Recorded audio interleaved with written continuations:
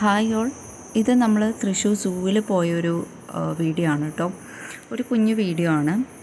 നമ്മൾ ടിക്കറ്റും കാര്യങ്ങളും എല്ലാം എടുത്തു. അത് കഴിഞ്ഞ് എൻട്രൻസിൽ നിന്ന് നേരെ നമ്മൾ ബേഡ്സിനെയും എല്ലാത്തിനെയും കാണാനായിട്ട് പോവുകയാണ്.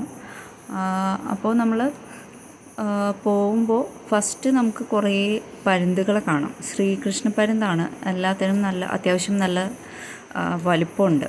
നമ്മൾ നോർമലി വീടിൻ്റെ പരിസരത്തെല്ലാം കാണുന്നതിനേലും നല്ല വലിയ പരുന്താണ്. പിന്നെ മൂങ്ങയാണെങ്കിലും ഒരു പ്രത്യേക തരം മൂങ്ങയാണ്, വലിയ മൂങ്ങയായിരുന്നു കേട്ടോ.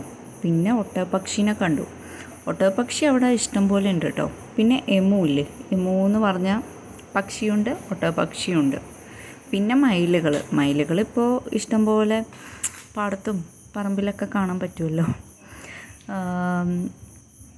അപ്പോൾ സൂവിലും ഉണ്ട്, 3-4-5 മയിലൊക്കെ സൂവിലും ഉണ്ടായിരുന്നു. നല്ല രസമുണ്ടായിരുന്നു കേട്ടോ.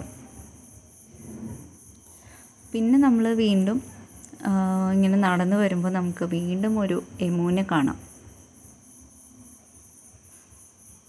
അതിങ്ങനെ ഓരോ ആക്ഷൻസൊക്കെ ഇങ്ങനെ കാണിക്കുന്നുണ്ടായിരുന്നു.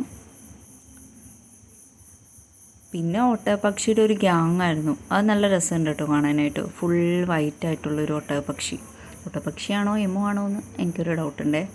പക്ഷെ നല്ല ഭംഗിയുണ്ട് കാണാനായിട്ട്. കുറച്ച് നേരം അതിനെയും കണ്ടു നിന്നു. പിന്നെ അതൊക്കെ കഴിഞ്ഞിട്ട് മറ്റേ വലിയൊരു പശുവല്ല കാള, അതിനെയും കണ്ടിട്ടോ. അതൊക്കെ കഴിഞ്ഞിട്ട് പിന്നെ നമ്മൾ കടുവേനെ കാണാനാണ് കേട്ടോ പോയത്. കടുവേനെ നിങ്ങൾക്ക് അത്രയും ക്ലിയറായിട്ട് കാണാൻ പറ്റുമെന്ന് എനിക്കറിയില്ല, എന്നാലും കുഴപ്പമില്ല, അത്യാവശ്യം വ്യൂ കിട്ടും. കടുവെല്ലാം ക്ഷീണിച്ച് അവശനായി കൂടിൻ്റെ മൂലയ്ക്ക് അങ്ങ് ഒതുങ്ങിക്കൂടി കിടക്കുവാണ്. പിന്നെ എനിക്ക് തോന്നുന്നത് ഇത് ഇത്തിരി പ്രായം ചെന്ന കടുവയെന്ന് തോന്നി. പിന്നെ ഇത്തിരി എനർജറ്റിക്കായിട്ട് ആകെ തോന്നിയത് ഈ ഒരു പുള്ളിപ്പുലീനെയാണ് കേട്ടോ. എന്തോരം വിസിബിലിറ്റി ഉണ്ടെന്ന് എനിക്കറിയില്ല, എന്നാലും ഈ പുള്ളിപ്പുലി മാത്രം ഇത്രയും ആക്റ്റീവായിട്ട് നടക്കുന്ന കണ്ടുള്ളൂ. ബാക്കി എല്ലാ മൃഗങ്ങളും അത്യാവശ്യം പ്രായം ചെന്ന് ഉറക്കം തൂങ്ങിയൊക്കെ ഇരിക്കുന്നതായിട്ടാണ് എനിക്ക് ഫീൽ ചെയ്തത്. പിന്നെ അത് കഴിഞ്ഞ് എല്ലാത്തിനും കണ്ടു കഴിഞ്ഞ് ലാസ്റ്റ് നമ്മൾ ഈ പല കളേഴ്സിലുള്ള കോഴികളാണ് കേട്ടോ ഇത്. സ്വർണ്ണക്കോഴിയെന്നോ അങ്ങനെ എന്തൊക്കെയാണ് പേര്.